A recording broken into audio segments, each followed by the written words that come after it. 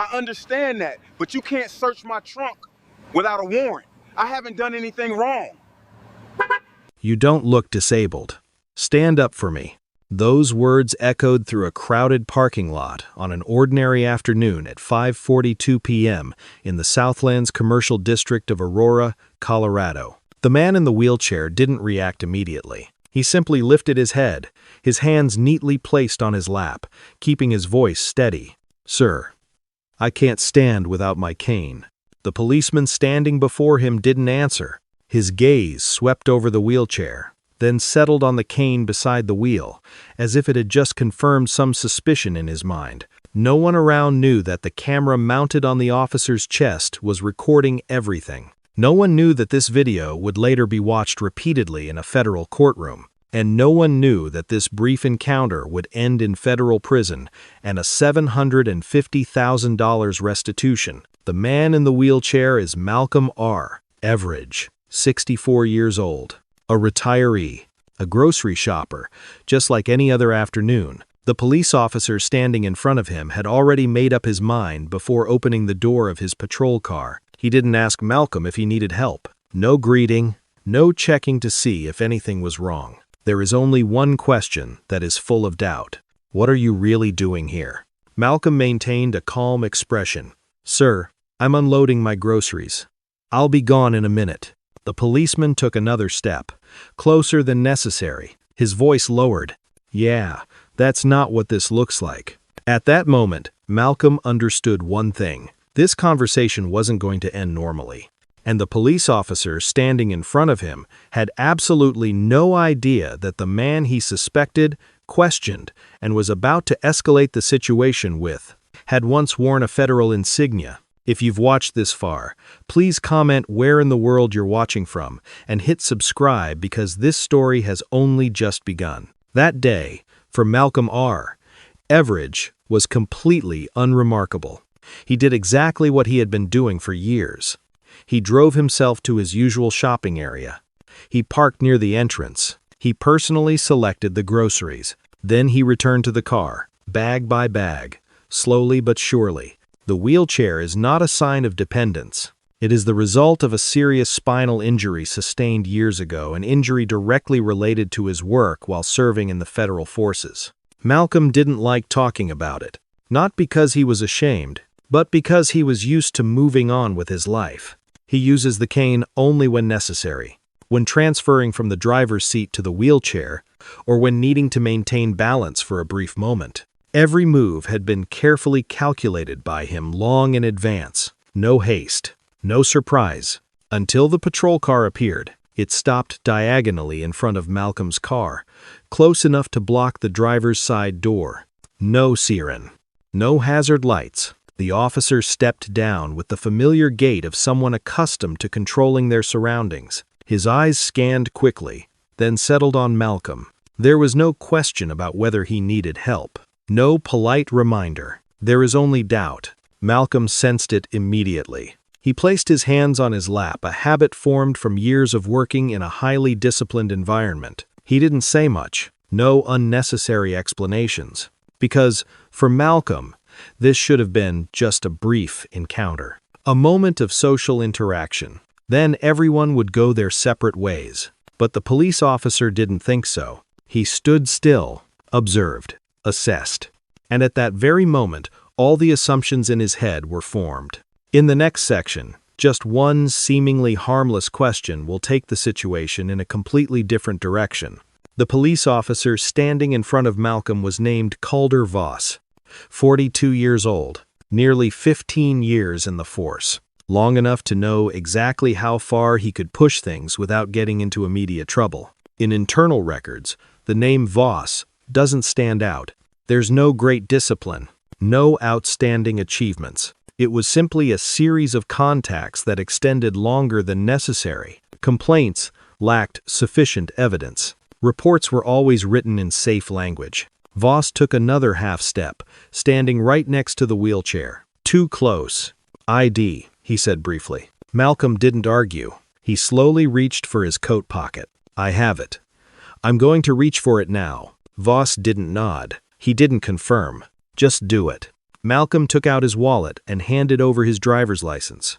Voss looked at the card longer than necessary, then read aloud, Everidge. Malcolm. Yes. He returned the documents, but did not back down. Do you live around here? Yes. Where? Malcolm gave a general area, without details. Voss narrowed his eyes, as if he had just heard something unbelievable. What happened to you? His eyes glanced down at the wheelchair. Malcolm paused for a moment. I was injured. How? It's not Rowden's of Meta. I don't think that's relevant. Voss breathed heavily through his nose. I'm asking you a question. His tone changed. It was no longer neutral. Malcolm remained calm. I was injured in the line of duty. That statement should have ended the conversation. But for Voss, it only raised a new suspicion. Line of duty. Yeah. What duty would that be? Malcolm looked him straight in the eye. Federal law enforcement. I'm retired. Voss let out a short, dry laugh. Federal, huh? And for the first time since getting out of the car, his gaze no longer met Malcolm's of an ordinary citizen. In the next section, just one unreasonable request will turn suspicion into direct confrontation. Federal law enforcement? Voss repeated, drawing out each word. Yes, I'm retired. Voss tilted his head, his gaze sweeping over Malcolm from head to toe. The worn coat, the thin arms, the silent wheelchair. Doing what? Investigations. Voss didn't answer. He looked at the stick resting on the wheel. Stand up for me. Malcolm didn't react immediately. He looked directly at the officer, his voice slow but clear. I can't. Vos kau mai. You can't, or you won't. I can't. That's why I'm in the chair. A brief silence. Then, Voss leaned closer. Too close.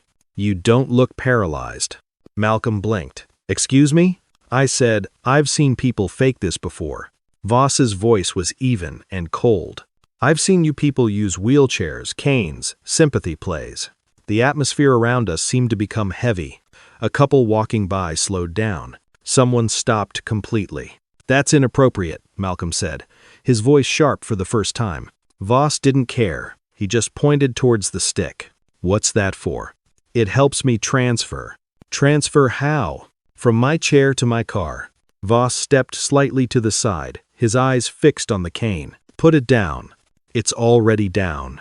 Voss gritted his teeth. Don't get smart with me. Malcolm took a deep breath. Officer, I'm not resisting anything. I've answered your questions. Voss shook his head slowly. I decide when we're done. And right now, something's not adding up. What's not adding up? Voss looked directly at Malcolm. You. In the next section, suspicion will officially translate into action. Voss glanced quickly around the parking lot. Several people had stopped. A phone was held up, pointed directly at them. He turned to look at Malcolm. I'm asking you again, Voss said, his voice turning cold. Why are you really here? Malcolm didn't avoid eye contact. To buy groceries. Voss shook his head. Nah. That's not it. He raised his hand to the walkie-talkie. Dispatch, Voss said, his eyes still fixed on Malcolm. I've got a black male subject refusing to comply. Malcolm spoke up immediately. I'm not refusing anything. Voss continued, as if he hadn't heard. Subject appears agitated. Possible deception.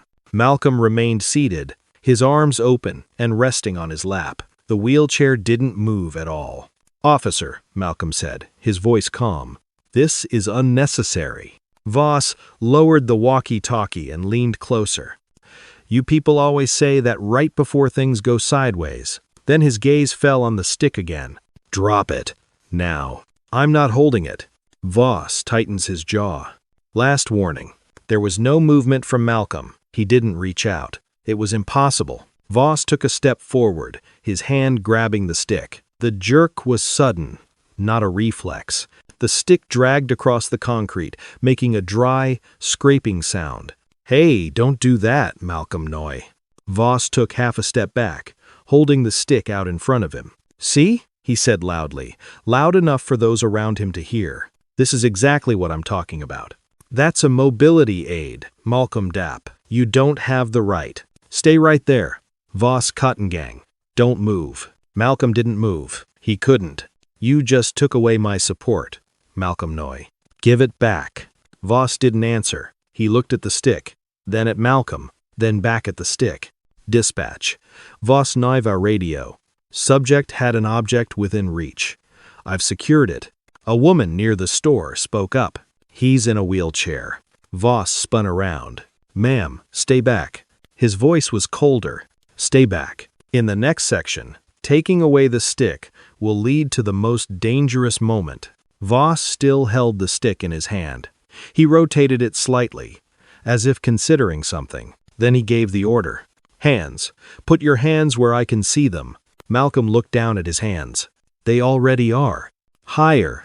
Malcolm raised his arms a few more inches. Without his cane for support, his center of gravity shifted slightly in the wheelchair. Voss immediately took notice. Don't lean forward. I'm not. Malcolm dab. I'm trying to stay stable. Voss didn't answer.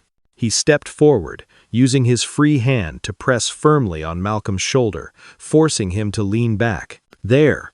Voss Noy. Stay like that. Malcolm exhaled heavily. Don't touch me. Then stop moving. I'm disabled, Malcolm said, enunciating each word clearly. You're making this worse. Voss didn't answer. He glanced around, faces staring.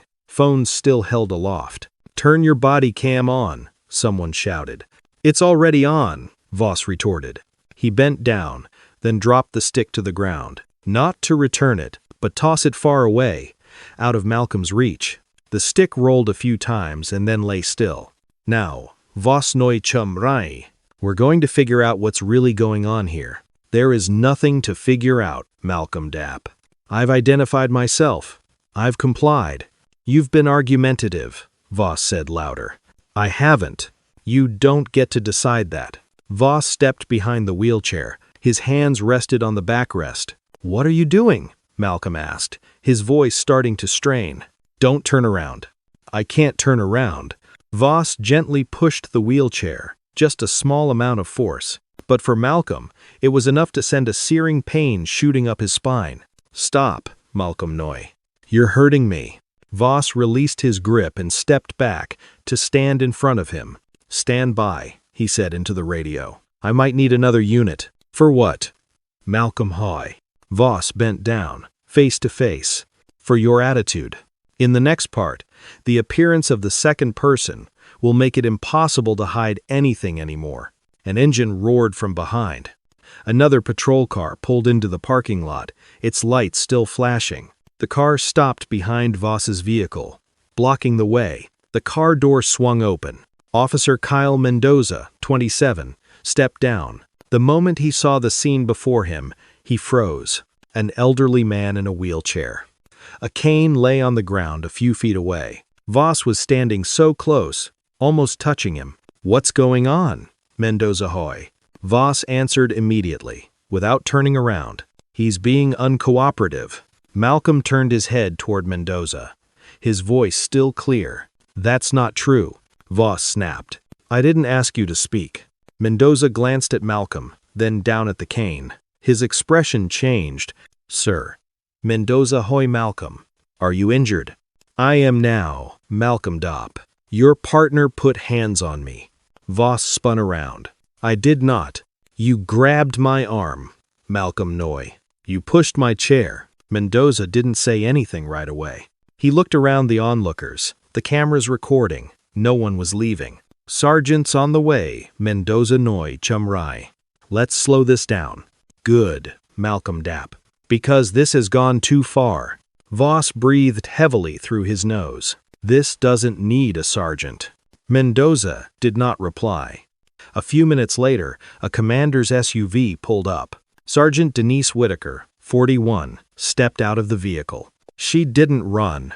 She wasn't in a hurry. Her gaze swept across the entire scene, the wheelchair, the cane, the crowd, and Voss's position. What do we have? Whitaker Hoy. Voss spoke immediately, his voice quick and firm. Subject's been argumentative from the start, refused commands, had an object within reach. Whitaker looked down at the stick. That object? She asked. Yes, ma'am. I secured it. Malcolm spoke up before Whitaker could turn around. That's my mobility cane. He took it from me. Whitaker raised his hand to signal a stop. Sir, I'll get to you. Then she turned to Voss, her voice lowering. Why is his cane on the ground? Voss opened his mouth, then paused for a moment. Officer safety. Whitaker didn't answer immediately. She looked at Malcolm more closely than before. Sir, Bahoy, do you need medical attention? Malcolm didn't hesitate. Yes, my shoulder and my back. Whitaker nodded. Ems. Voss turned to her. That's unnecessary. Whitaker stared directly at him. I'll decide that. In the next section, everything will be recorded and cannot be deleted. The blaring siren of an ambulance shattered the tense atmosphere in the parking lot. 2 medical staff members knelt beside Malcolm. They asked basic questions. Malcolm answered clearly and coherently, until a hand touched his left shoulder. That hurts, Malcolm said, his voice tightening. The medical staff member looked up at Sergeant Whitaker. We should transport. Whitaker nodded. Go ahead.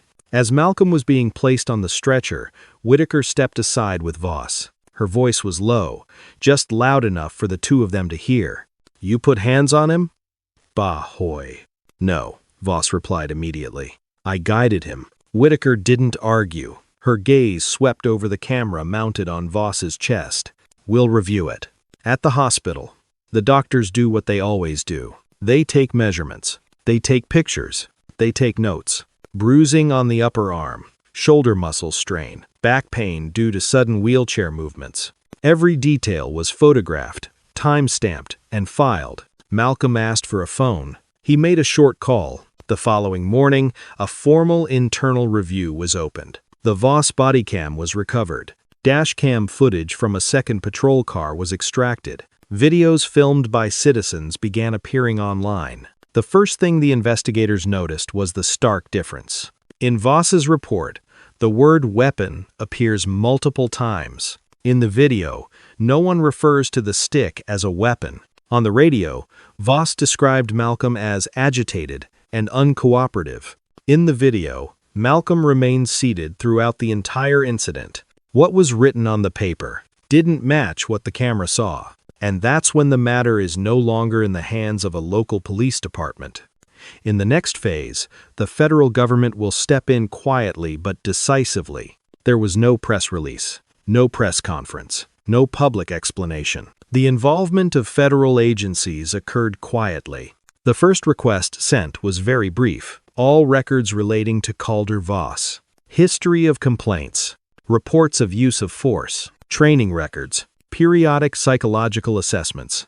The file grew thicker much faster than many people expected. The investigators compared every word in Voss's report with every frame in the video. They listened to the radio recording again. They compared the timing, intonation, and description. Agitated, uncooperative, possible threat. Nothing appeared on the screen. Malcolm R. Everidge has also been verified.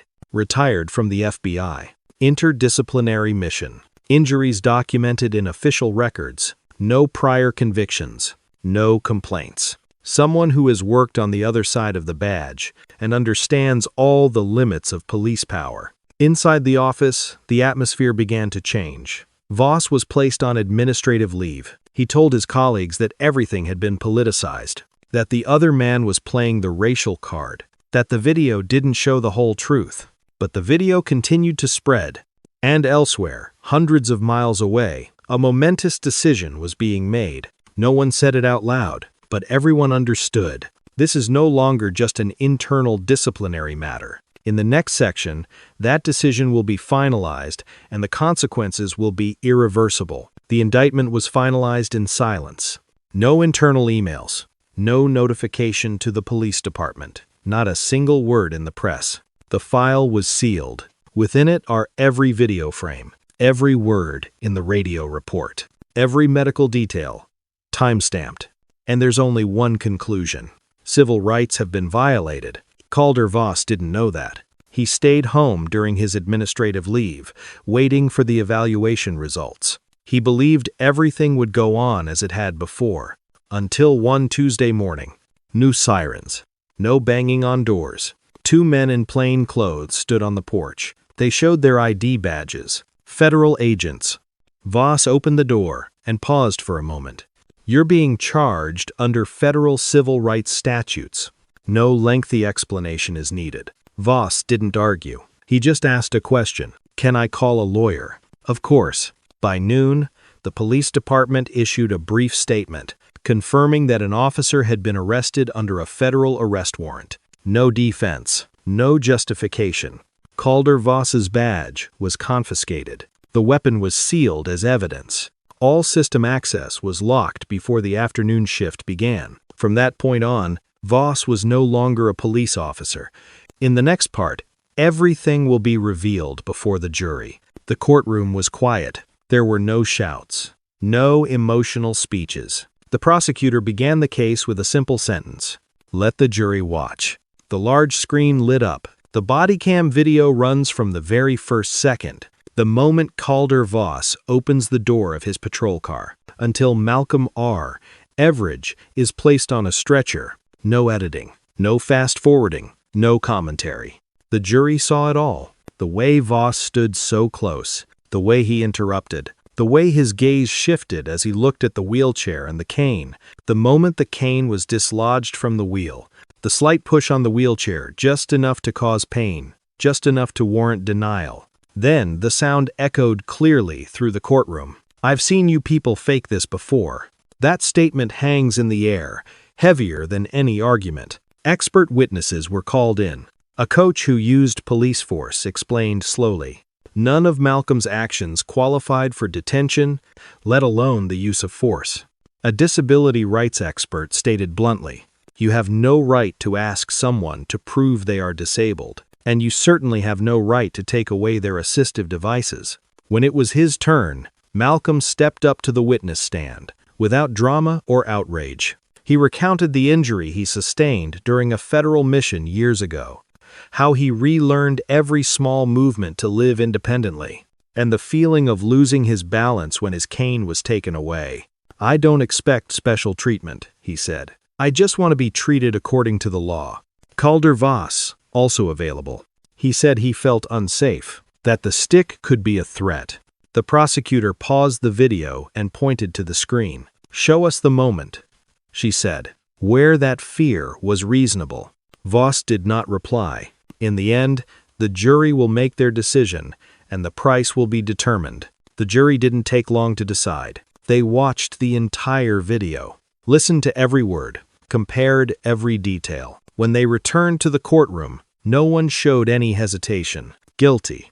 Guilty on all federal charges. Calder Voss stood still. No reaction. No bowing of the head. Just staring straight ahead, as if he hadn't yet fully accepted that it was all over. The sentencing hearing took place a few weeks later. The judge didn't raise his voice. There was no need to. You abused your power, she said slowly. You targeted a disabled person not based on their actions, but on prejudice. And when the law demanded restraint, you chose to escalate. The verdict was announced. 9 years in federal prison. Permanent revocation of certification. Complete termination of law enforcement career. There was no applause in the courtroom, only the sound of pens being used for taking notes. That same morning, a civil settlement was finalized. 75 万元. No acknowledgement of wrongdoing on paper. Just a number, a price to pay. Outside the courthouse, Malcolm R. Everidge stood beside his lawyer. When asked how he felt, Malcolm paused for a moment. Tired, he said, but relieved. A few weeks later, the police department announced a new disability rights training program. Calder Voss's name was removed from the personnel list. No farewell ceremony. No words of thanks. The video is still there. It's been viewed millions of times. It's not because it's dramatic. It's because it's so familiar. A routine car stop. A mistaken assumption. Someone who believes no one important is watching. This time, they looked. And this time, the records didn't disappear. If you've watched this far, subscribe to follow more real-life cases where power is scrutinized and the truth is revealed.